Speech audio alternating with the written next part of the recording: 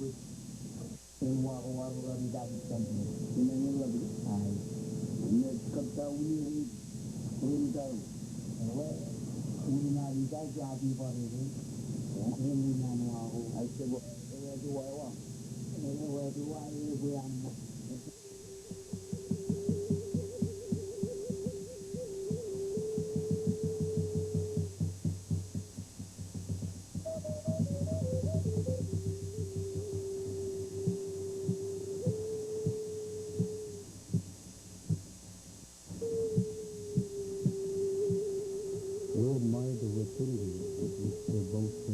to the wind.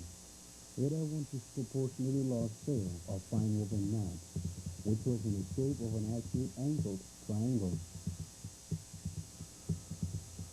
The skill with which they put about their boat in tagging deserved the admiration of every seaman. I immediately ordered to Lacey and admired the ingenious construction of it and the surprising still more. The modest and agreeable manners of these islanders astonished us greatly that we could not expect to find it in the South Sea, in an island that had never before been visited. They were all unarmed, and the strictest subordination was evident. The chief sat on the left side with his legs under him on an elevation placed on the outrigger, which was ornamented with colored masks, having his head adorned with flowers and shell wreaths. The hastily threw us some plantain fruit and a handsome mask. From this first meeting, it was to be concluded that we had to deal with very kind-hearted people. This was told by Adelbert von Canoe, the naturalist for the 1817 Russian expedition aboard the bark Lotus. Historically, the mainstay of traditional fishing and boating craft in the Marshall Islands is the Outrigger canoes. The Outrigger canoes represent the ultimate in design adaptation for inter- and intra-lagoon traveling and fishing. It combines three inventions of utmost utility in sailing. One, the flattened lee side of the hull acting as a lee board to reduce leeward drift and to some extent pull toward the outrigger float on the windward side. Two, the use of the lee platform enabling the greatest quantity of cargo to be carried. And three, the mixture dividing of the mast whereby the canoe is able to sail either hand forward, thereby keeping the outrigger on the weather side, or whichever course it is on.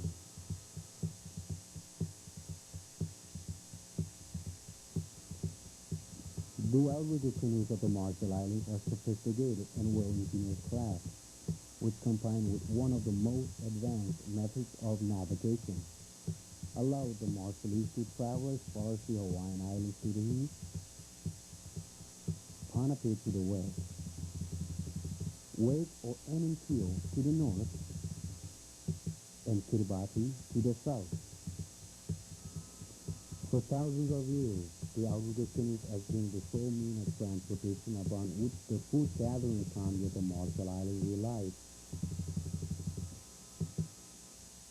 Even though they are extremely economical and well-founded for inter-atoll use, the extremely large inter-atoll canoes, called Walap, are no longer constructed other than this Walap and one planned for next year, and have no doubt lost their viability to other more comfortable but also more expensive form of inter-atoll transportation.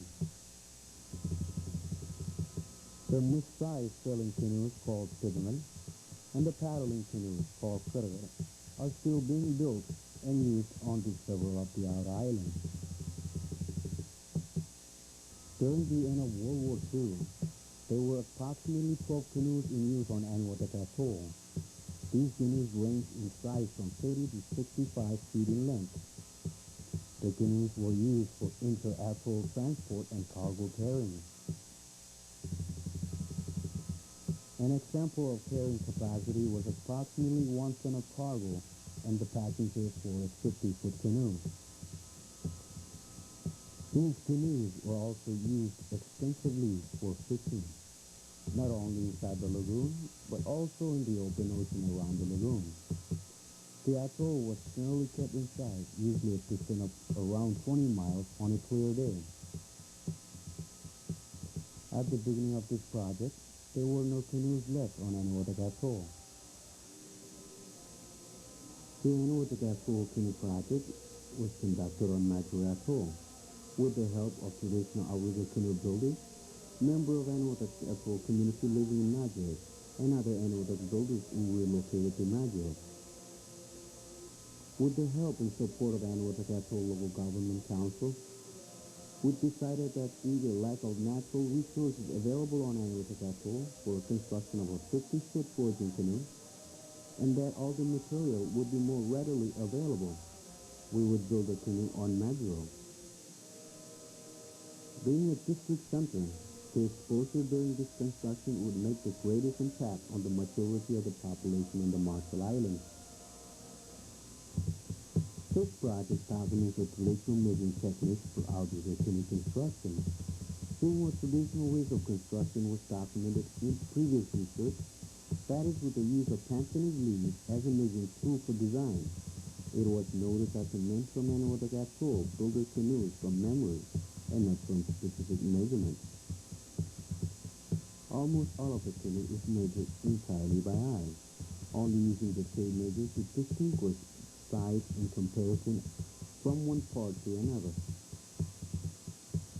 This canoe was built with a combination of memory, trial, and error, which clearly states the fact that the building knowledge of Enewetak Atoll was riding on a fine line to being lost. As the construction of the canoe progressed, the men began to remember more and more details of building projects.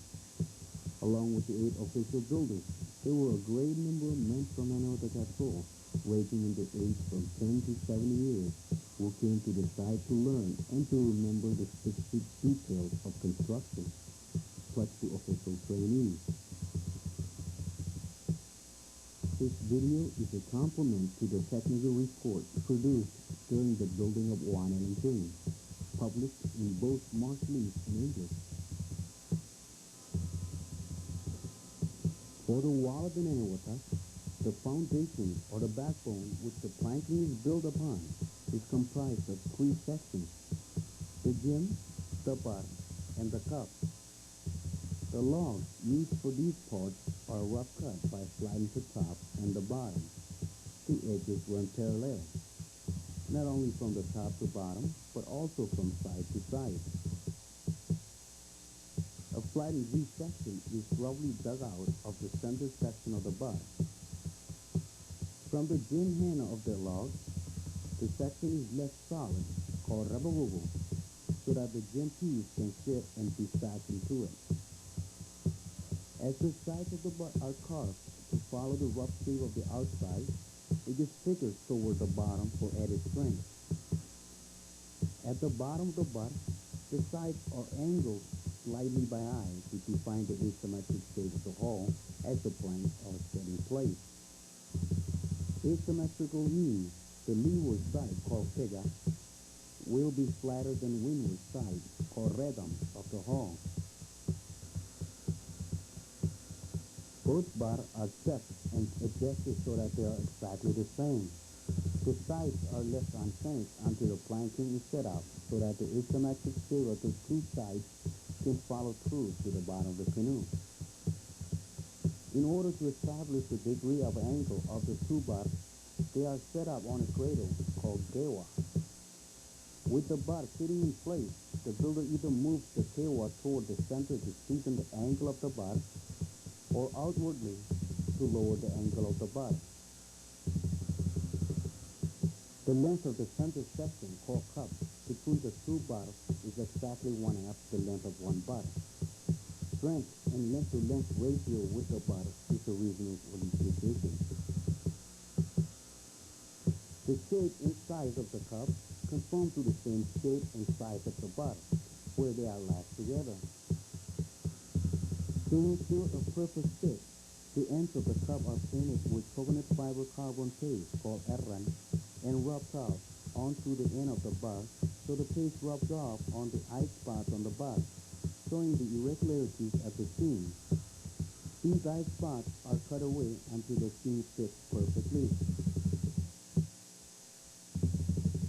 The bar and tub are lashed together, and before the gym pieces are set onto the bar, the first set of planking is lashed to the center section of the hull on both the rhythm and cage sides. There are many variations of planking depending on size of wood on hand. The planking always extends over the cup onto both of the bars, adding strength to the backbone and building strength into the hull.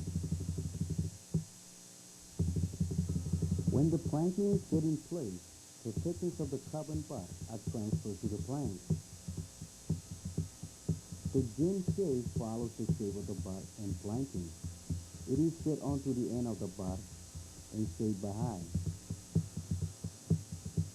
When the bottom of the gym piece is cut to fit the rubber oval, the shape of the gym is transferred so that that section of the bar can be shaped. The inside of the gym is cut out with the dimension of the side the same as the bar. The second set of planks is going to tie the hull together, but the third set is a very important one for strengthening the integrity of the hull and tying the entire hull together. The longer the overlap of the planking, the stronger the hull of the canoe. Because the wind and waves always come from this side, the rhythm side of the hull is always higher than the cage side. This is common on canoes throughout the Marshall Islands. The first two bulkhead frames, called collars, are located by high and are equal distance from the center line. The remaining sets of coal are placed evenly to the end of the hull, making sure that they are putting close to, but not covering the seam ends of the plank. Enough room is left at the ends of the plank to drill the hole for lashing the coal to the side of the hull. A stage is cut in the bottom of hull of the coal, so any water that gets into the hull will drain into the center section to be easily bailed out. A longitudinal deck support beam called back is lashed to the right-hand side of the hull. The top of the back takes the shape and height of the steel on the cage side of the hull. The coal are notched where the pipe passes through them. The deck pieces, called ribs, are screwed into the top of the cage side of the hull planking and top of the back. The deck begins past the main and lee platform called Kaimon Rong, so there is still enough room to take into the hull and bail out water. It ends at the rentum, so there is still enough room for the two towels called Min Kap Ruo at the end of the yard called Rajab Man to slip over the boom step called Riviera. The deck overhangs the cage side in both directions from the center section of the canoe, decreasing the overhang at the end of the deck. When the deck is fastened, the shear of the rudder side is cut to follow the curve of the deck.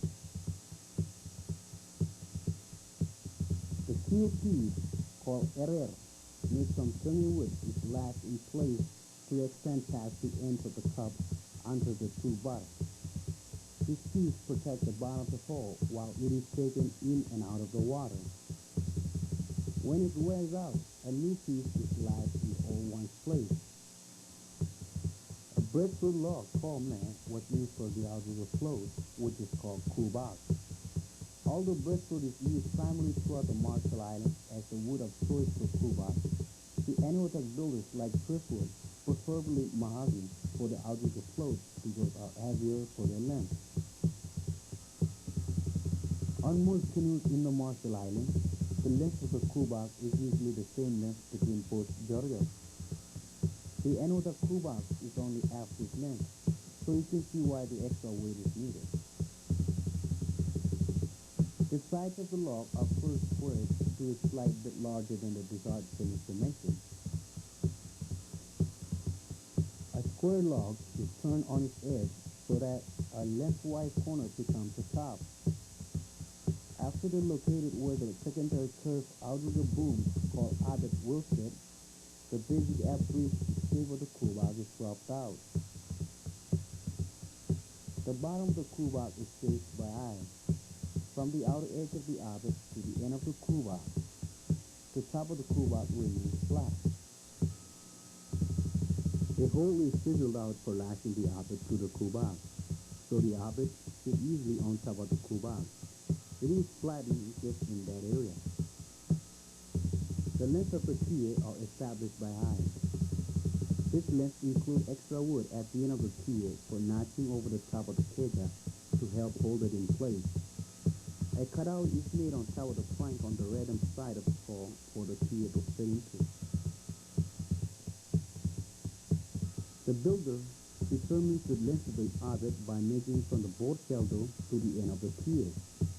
The 4 Abbott were made from liquid tree, relatively straight for 3/4 of the distance from the board sheldo before they curve downward where they will be lashed on top of the kubak.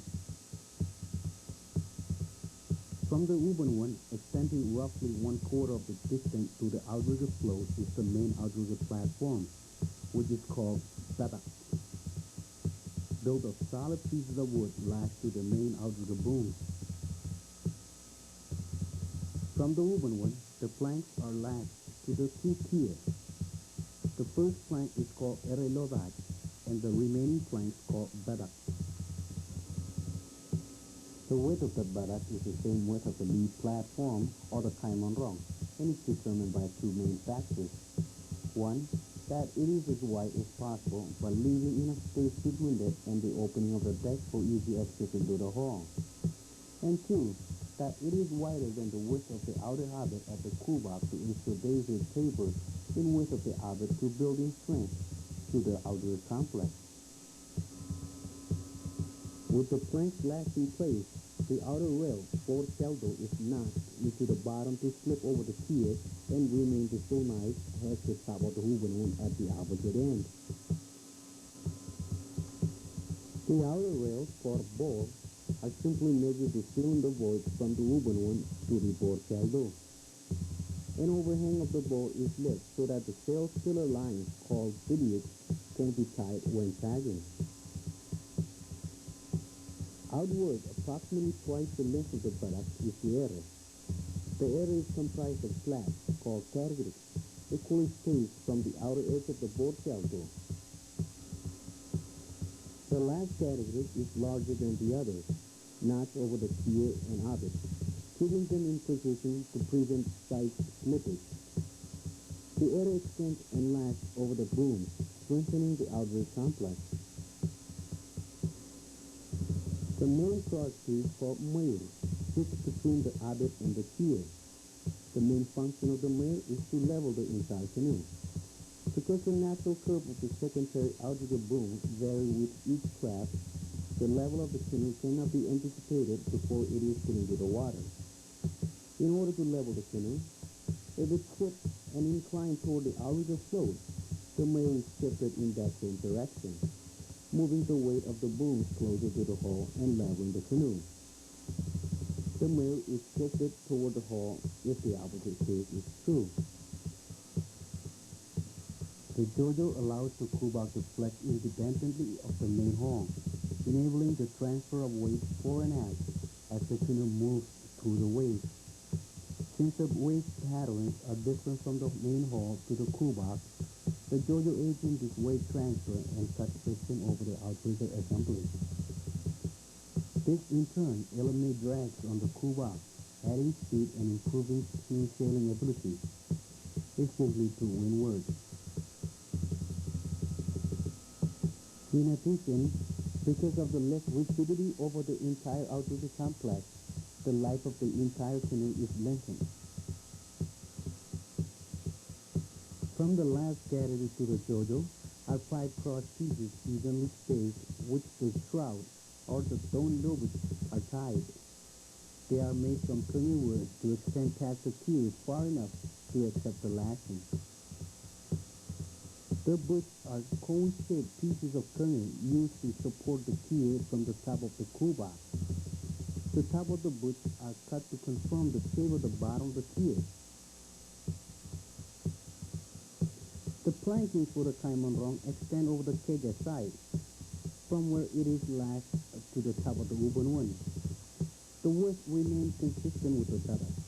It is at approximately 15 degrees off the level of the deck. The kedja side support, which is called a cutter, is the same width as the platform and tables slightly inward, where it lashes to the top flank of the hull. It leans slightly outward, approximately 10 degrees. From the cutter to the open one, on the top of the collar, two more supports called the trinket foot fill the space up to the bottom of the caiman rung.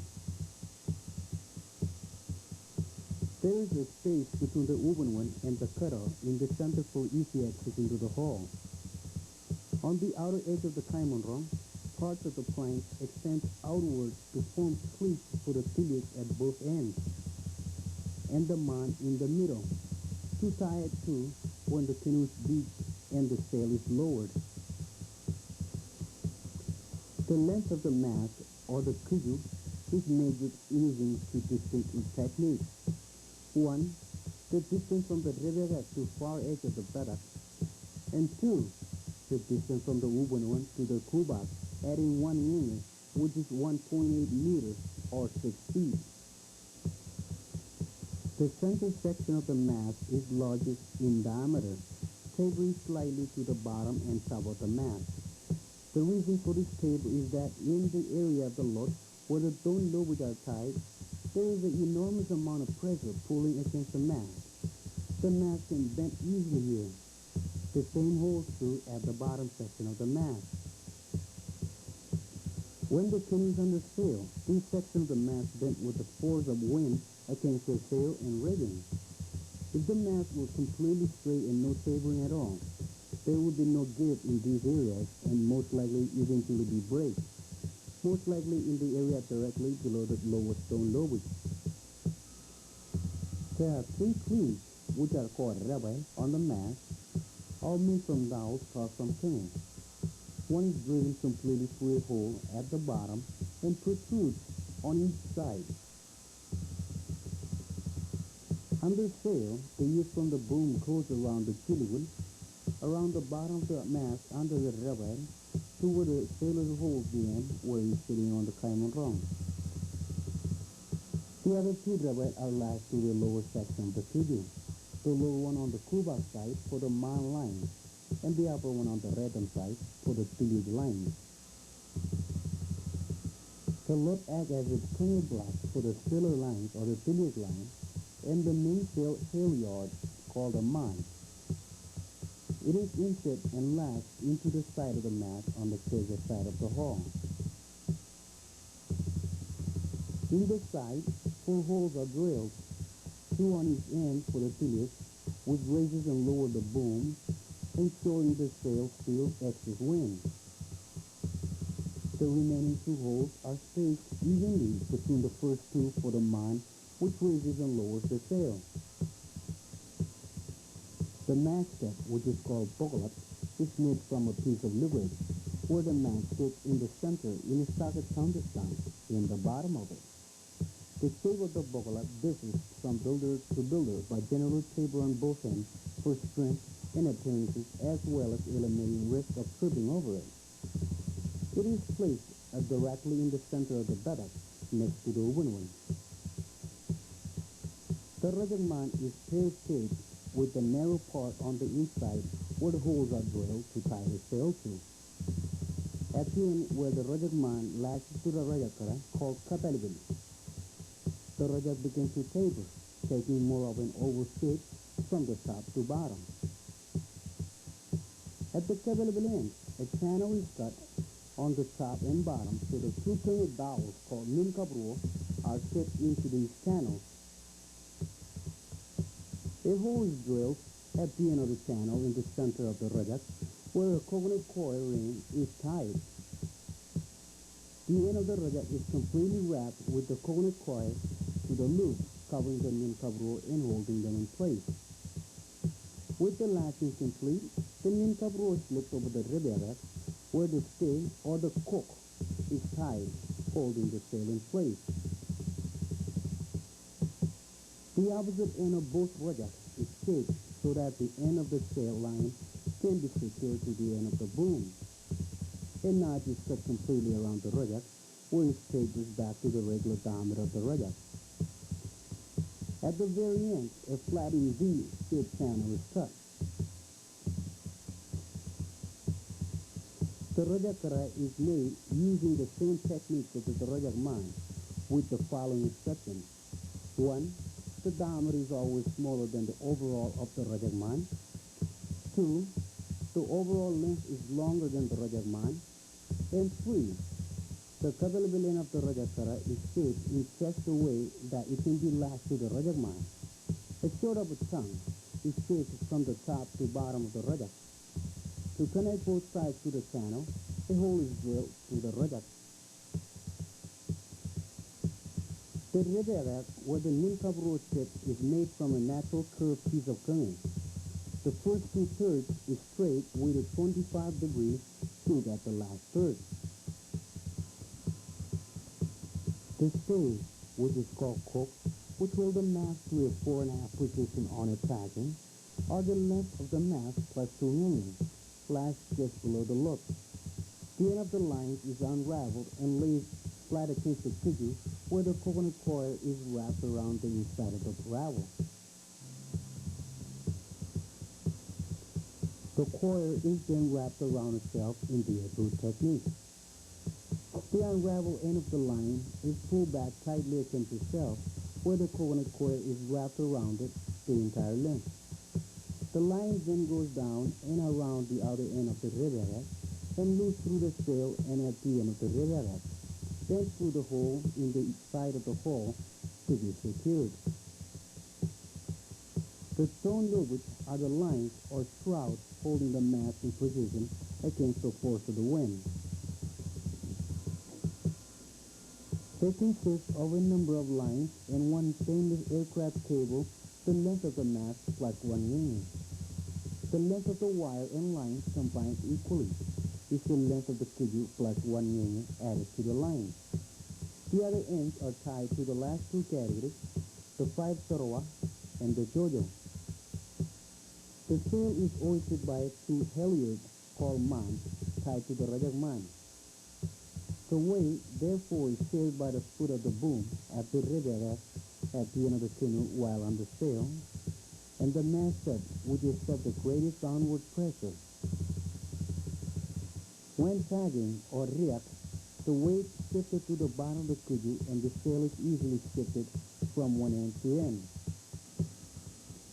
In the center of the lower boom are the 2 mainsail seats, which are called the yip, which adjusts the angle of the sail in reference to wind direction and the course of the canoe.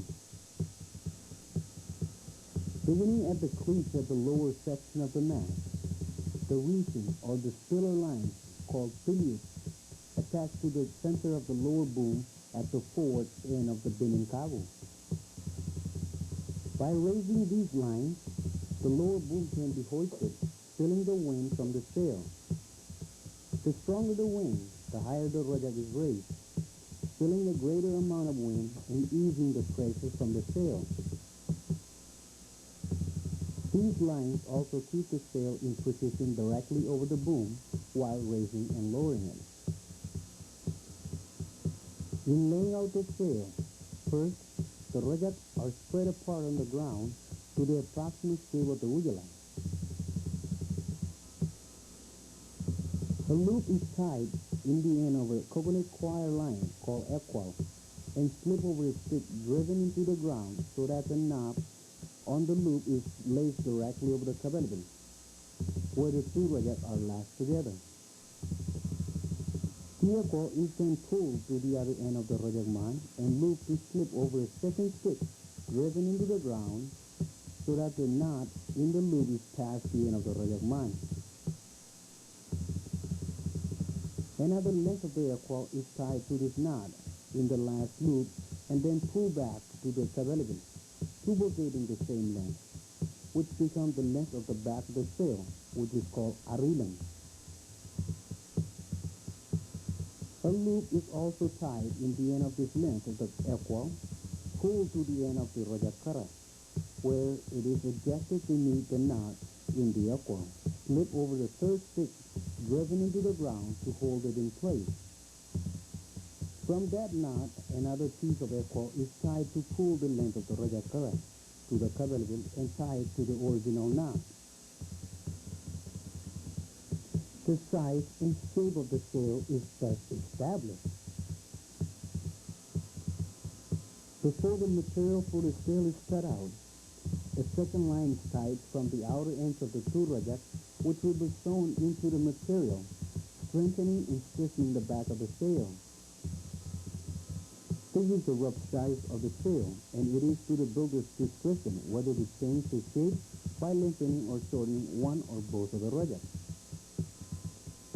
The sail material is laid on the ground under the equal and cut 7.6 centimeters or 3 inches wider than the outside of the equal, so that the material can be folded over the line and sewn around it. A pencil line is drawn onto the sail material directly under the equal at the arilang and the rajakara. The center of the arilang is found and the sail is folded over to the line and sewn just at that point. Between the center and the end of the arilang, a second center point is marked, and again the sail is folded over to the line and sewn just at that point. Between these last two marks and the end of the arilang, another point is marked. From this point inward, the sail is folded and sewn, completing the shape of the arilang. The total length of the arilang is sewn. At the pencil line of the rajakara, center is found and the sail is folded over to the line and sewn just at that point. Between this point and the kabalbil, a second center point is marked. From this point outward, the sail is folded and sewn. Between the original center and the opposite end of the rajak, a third center line is marked. From this point inward, the sail is folded and sewn, completing the shape of the rajakara. The length of the rajakara is sewn. The edge of the sail at the rajakman is sewn straight without any deviance in shape, completing the finished shape of the sail. To attach the sail to the rajak, an 8-inch diameter line is sewn around the edge of the sail every 15 centimeters or 6 inches, with a second line the same diameter. With another piece of line the same size, the sail is literally sewn to the rajak, beginning at the kabalbil and ending at the man rajak. There is a loop put to the end of the line, which is then tied to the end of the rajak. During the construction, the canoe quickly became a major topic of conversation and controversy in Maduro. Many builders from around the Marshall Islands came to see the progress. The major issue was the extreme narrowness of the hull. Although the general shape and course of the outrigger is common within the design and style guidelines of the outrigger in other parts of the Marshall Islands, still, these other builders were not ready for just a very radical variation. Some claimed that the canoe would not even sail. In fact, more than one builder claimed that because it was so much like a knife, it would not probably even float, but sink right to the bottom. At a water line length of 12 meters or 40 feet, the average width is 32.2 centimeters or 12.6 inches. Compare this with the average width of our canoe, which was 35.5 centimeters or 14 inches, with a water line length of only 5.4 meters or 17.75 feet. Because the Marston's hull is asymmetric, the tacking of the canoe is made from end to end, keeping the outrigger float always on the windward side. As the whole stories are told, the shape of the hull and the sail are copied from the shape of the bird's wing. which the builder, over thousands of years, designed the canoe with the idea of flying in mind. When the canoe sailed forward, the sail of the hull actually created lift towards the outrigger float. Together with the force of the outrigger wanting to pull the canoe into the wind and to lift, decreasing the lateral drift, the need for a deep keel is gone. It was noticed that the shape of the hull not only created lateral lift, but also hull lift vertically with the force of the wind while gaining wind speed. Tests of the performance of the canoe under many different wind speed conditions were done. The speed for the test ranged from 6 to 20 knots. Beginning at 180 degrees downwind, we made runs of approximately 1 mile, of which the speed was timed and measured. We repeated these runs at 15 degrees interval until we were sailing as close to the wind as the canoe could go. The wave condition was fairly regular, as most of the speed trials were done in the lagoon. Even with the wind speed at 20 knots, the wave condition was slight and the canoe showed incredible speed. With the wind at 75 degrees, the canoe made 22.2 knots. Directly off the beam, the canoe made 20.5 knots. It seemed that the canoe consistently slowed in both directions from the beam, but consistently faster into the wind than off the wind. For instance, at 45 degrees, 18.7 knots, and at 135 degrees, high 17.6 knots, nonetheless close in comparison. The canoe consistently sailed fast into the wind. The canoe made better speed with the wind in the fourth quarter than after the beam. We sailed so close to the wind, it seemed at times we were sailing directly into the wind. Because of the pocket shape at the clew or the cabeligan of the sail, the wind always seemed to roll into this area the closer to the wind the canoe sailed. On many occasions, the point of the sail was between 30 to 45 degrees. Even looking at the sail tail, the wind seemed to be coming directly off the bow of the canoe before the sail began to backfill. During an open ocean voyage between Enewetak and Rarotonga in the Cook Islands, a distance of 141 nautical miles, the Walap averaged 5.03 knots.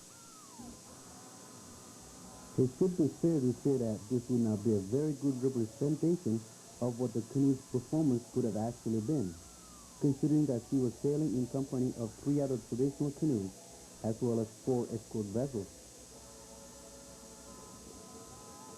It was mentioned in a pre-sailing meeting that because we were entering into a hurricane season in that part of the Pacific, and that we had actually waited for over a week for the wind and sea to slow before we depart, and that all the canoes were to sail together for safety reasons as the canoe from other islands flipped over because of the extreme weather conditions.